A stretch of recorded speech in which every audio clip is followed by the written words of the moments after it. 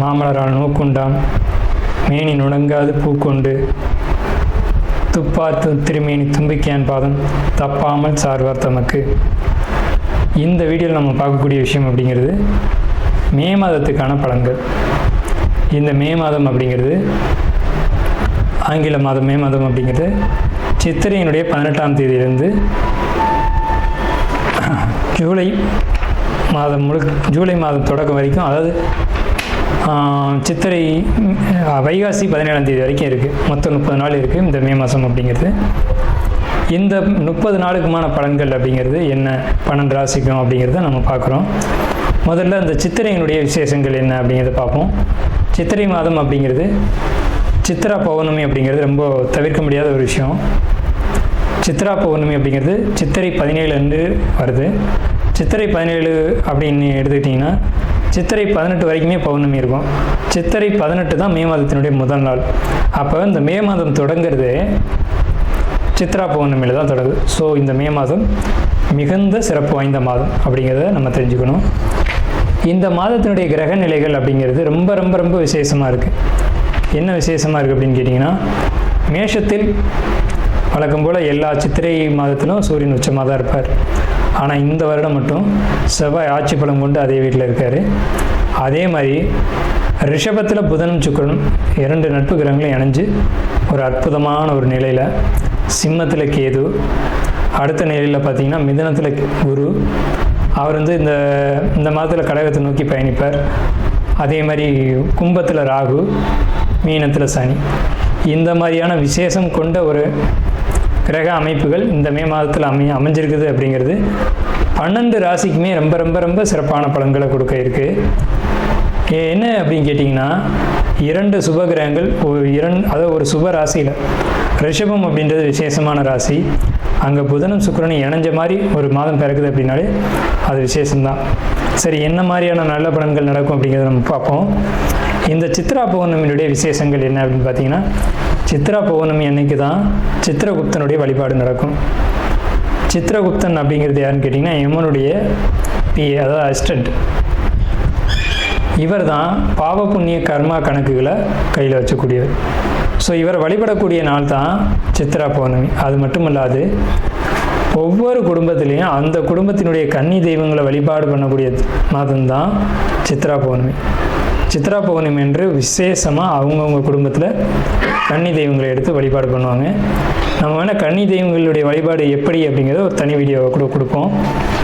So கன்னி தெய்வ வழிபாடு அப்படிங்கிறது ரொம்ப விசேஷமானதும் கூட, முக்கியத்துவம் வாய்ந்ததும் கூட.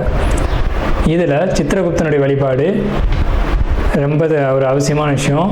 அதே மாதிரி திருவண்ணாமலை கிரிவலம், அவரவருடைய குலதெய்வ வழிபாடு. இதில் வந்து ரொம்ப குறிப்பிட்டு பேசணும் அப்படின்னா அன்னதானம் கொடுக்கறது.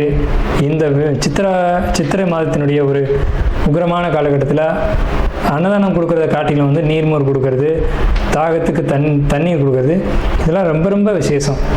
ஸோ அவங்க வயிறு குளிர்றது போல், மனம் குளிர்வது போல் உங்களுக்கு வந்து கர்மா வந்து தீர்க்கப்படும் அப்படிங்கிறது முக்கியமான விசேஷம். ஸோ இது முக்கியமான விஷயம். அதே மாதிரி இந்த சித்திரை மாதத்தில் கத்திரி வெயில் அப்படிங்கிறது மே மாதம் 4ஆம் தேதி அன்னைக்கு வந்து மே 28 வரைக்கும் இருக்கும். இந்த 25 நாட்களும் மக்கள் வந்து அதிகப்படியாக யாரும் வெளியில் வராமலும் சில விஷயங்களை தவிர்த்துக்கவும் வேணும். சிம்ம ராசி அன்பர்களுக்கு மே மாத பலன்கள். இந்த மே மாதத்தில் சிம்ம ராசிக்காரங்களுக்கு ஒரு மந்தமான சூழ்நிலை காணப்படும். 2வது விஷயம் பார்த்திங்க அப்படின்னா, வாழ்க்கை துணை அப்படின்றதுனால சில கசப்பான சம்பவங்களை வாழ்க்கையில் சந்திக்க வேண்டிய நேரம் எது அப்படின்னு கேட்டிங்கன்னா இந்த மே மாதம் அப்படின்னு தான் சொல்லணும்.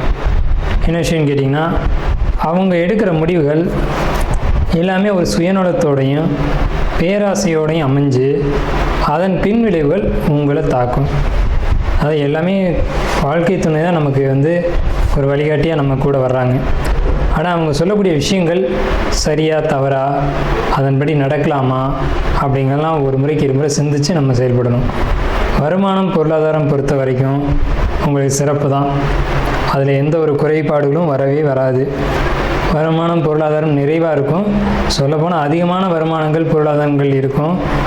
முதலீடுகள் பொறுத்த வரைக்கும் வெற்றியை தான் கொடுக்கும். முதலீடுகளில் குறிப்பிட்டு சொல்லணும் அப்படின்னம்னா சிறிய வியாபாரம் பண்ணக்கூடியவங்க அல்லது தொழில் பண்ணக்கூடியவங்க, எந்த ஒரு தொழிலாக இருந்தாலும் தொழில் பண்ணக்கூடியவங்களை பொறுத்த வரைக்கும் தொழில்கள் அமோகமாக இருக்கும்.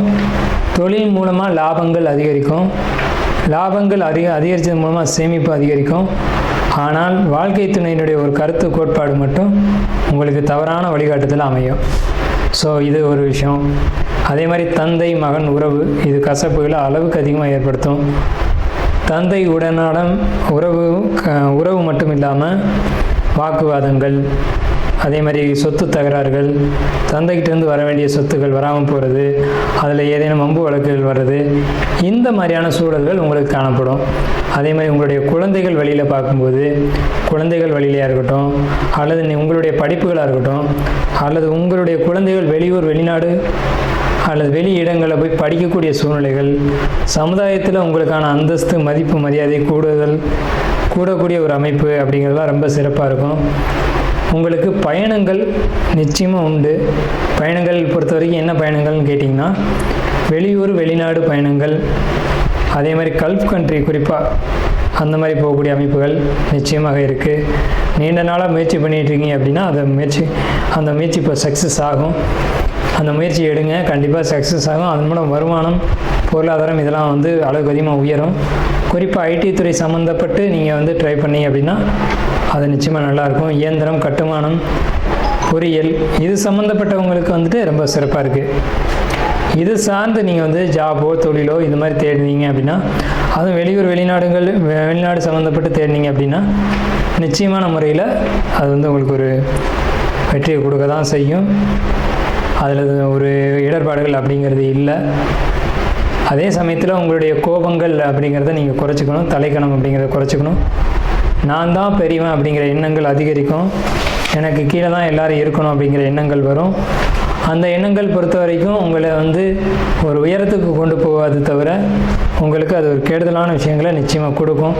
அப்படிங்கிறத மனசில் வச்சுக்கிட்டு நீங்கள் சரியான பாதையில் போகணும் அப்படின்னா, பொதுவாகவே சிம்மராசிக்காரங்க நேர்மையாகவும் நியாயமாகவும் நடந்தக்கூடியவங்க. மற்றவங்க கருத்துக்கு முக்கியத்துவம் கொடுக்காம உங்கள் மனசாட்சிப்படி நீங்கள் நடந்துக்கிட்டீங்கன்னாவே போதுமானது. ஸோ அதுதான் சிம்மராசிக்கு ரொம்ப முக்கியமான விஷயம். இந்த மே மாத காலகட்டத்தில் பார்த்தீங்க அப்படின்னா ரொம்ப எந்த ஒரு விஷயத்தையும் நுட்பமாக யோசிப்பீங்க, நுட்பமாக சிந்திப்பீங்க. அதன் மூலம் வெற்றி கிடைக்கும். உங்களுடைய மனசாட்சிப்படி நடப்பீங்க. அதுதான் நல்லது அப்படிங்கிற ஒரு அமைப்பு இந்த மாதத்தில் இருக்குது. மற்றபடி கிரக நிலைகள், மாத கிரகங்கள், வருட கிரகங்கள் அப்படின்னு பார்க்கும்போது கிரக நிலைகள் உங்களுக்கு சாதகமான ஒரு அமைப்பில் அமைஞ்சிருக்கு. அதை பயன்படுத்தி வாழ்த்தி அமைகிறோம். நாம் இதுவரைக்கும் பார்த்த ராசி பலன்கள் எல்லாமே பொதுவான ராசி பலன்கள் தான், 12 ராசிக்குமே. அப்போது உங்களுடைய தனிப்பட்ட பிறப்பு ஜாதகம் அப்படிங்கிறது உங்கள் ஜாதகத்தில் தனிப்பட்ட பலன்களை கையில் வச்சுருக்கோம். உங்களுக்கு ஜோதிடம் சம்பந்தமான சந்தேகங்கள் இருந்தாலும் சரி, அல்லது ஜோதிடம் பார்க்கணும் அப்படின்ற எண்ணங்கள் இருந்தாலும் சரி, இல்லை ஜோதிடத்தில் சந்தேகம் இருக்குன்னு நீங்கள் நினச்சாலும் சரி, நம்ம நம்பர் கீழே ஸ்க்ரீனில் தெரியுது. அந்த நம்பருக்கு காண்டாக்ட் பண்ணி நீங்கள் எந்த நேரத்தில் வேணாலும் நம்மக்கிட்ட பேசலாம். இல்லை ஜாதகம் பார்க்கணும் அப்படின்னாலும் நீங்கள் அப்பாயின்மெண்ட் வாங்கிட்டு எப்போ வேணாலும் நம்மளை காண்டாக்ட் பண்ணி ஜாதகம் பார்த்துக்கலாம். நன்றியும் வாழ்த்துக்களும். வாழ்க வளமுடன்.